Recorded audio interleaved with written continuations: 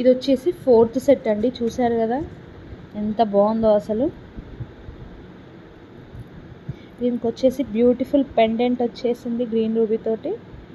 అసలు దీని క్వాలిటీ అనేది ఫోన్లో అస్సలు అర్థం కావట్లేదు, బయట మాత్రం చాలా బాగుంది అసలు.